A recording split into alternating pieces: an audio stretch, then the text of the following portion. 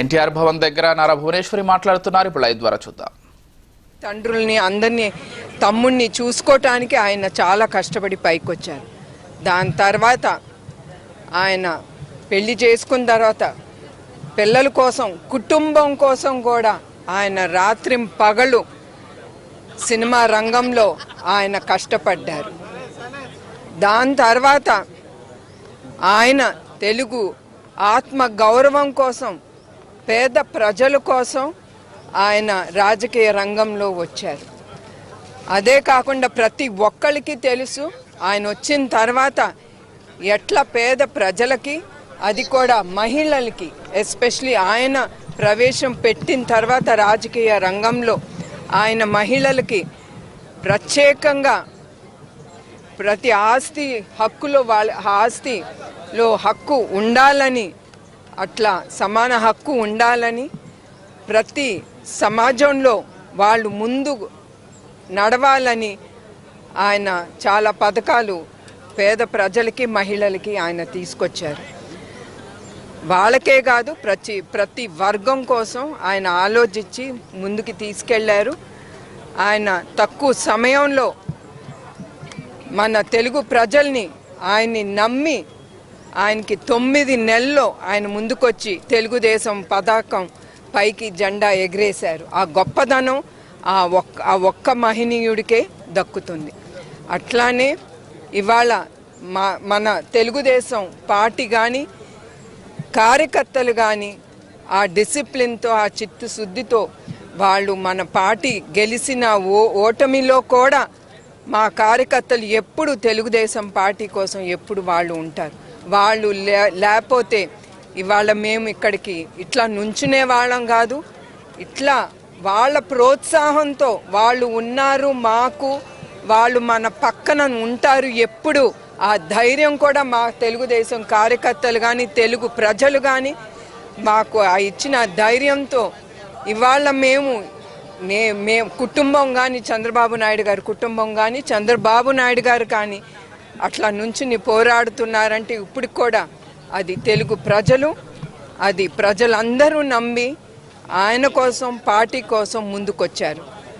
అది మీ అందరికీ గుర్తు చేస్తున్నాను.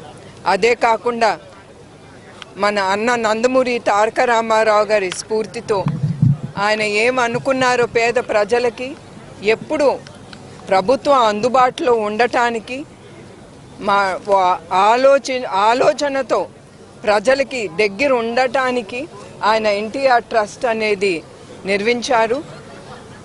ట్రస్ట్ ద్వారా మేము ఏం చేయగలమో పేద ప్రజలకి మేము అన్ని ముందుకి తీసుకెళ్తున్నాము. అది బ్లడ్ బ్యాంక్ అవని, ఎడ్యుకేషన్ అవని, ఏ రంగం అయినా కూడా హెల్త్ క్యాంప్స్ కానీ ప్రజలకి ఏది అవసరమో వాళ్ళు ఎప్పుడు మా దగ్గరికి వచ్చి ట్రస్ట్లో వాళ్ళు ఎదురుగుండా అడుగుతారు, మాకు ఇది చేయండి అది చేయండి అని. మేము ఏ జాతి అని చూడట్లేదు, ఏ కులం అని చూడట్లేదు, ఏ పార్టీ అని చూడట్లేదు. ఎవరు తట్టుతారో తలుపు ఎప్పుడు మా ఎన్టీఆర్ ట్రస్ట్ వాళ్ళకి ఎప్పుడు ముందుకొచ్చి ఆ సేవా భావనతో మేము ముందుకెళ్తాము. మరొక్కసారి మా తెలుగు ప్రజలకి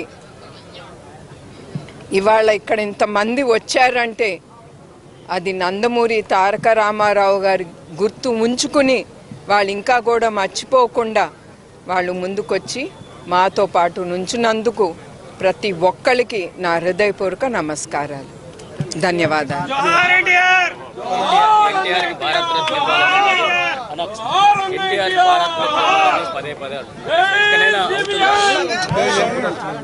ఎన్టీఆర్కి భారత్ రత్న ఇవ్వాలని పదే అంటున్నారు. ఇకనైనా అది నెరవేరుతుందనుకుంటున్నారు?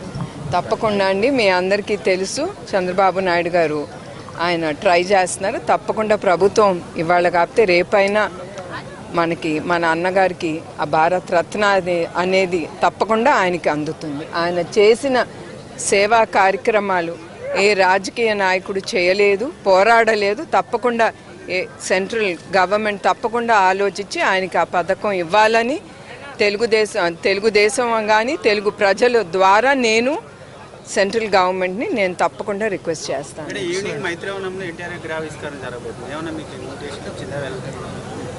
అవునండి, ఇన్విటేషన్ వచ్చింది, కానీ నేను ఇక్కడ ఉండట్లేదు. నేను అమరావతికి వెళ్తున్నాను. వాళ్ళు అప్రోచ్ అయ్యారు, రమ్మన్నారు, కానీ నేను ఇక్కడ ఉండట్లేదండి. Thank you ma'am. Thank you. Close అండి. కొద్ది నో బైట్స్, నో బైట్స్ అండి.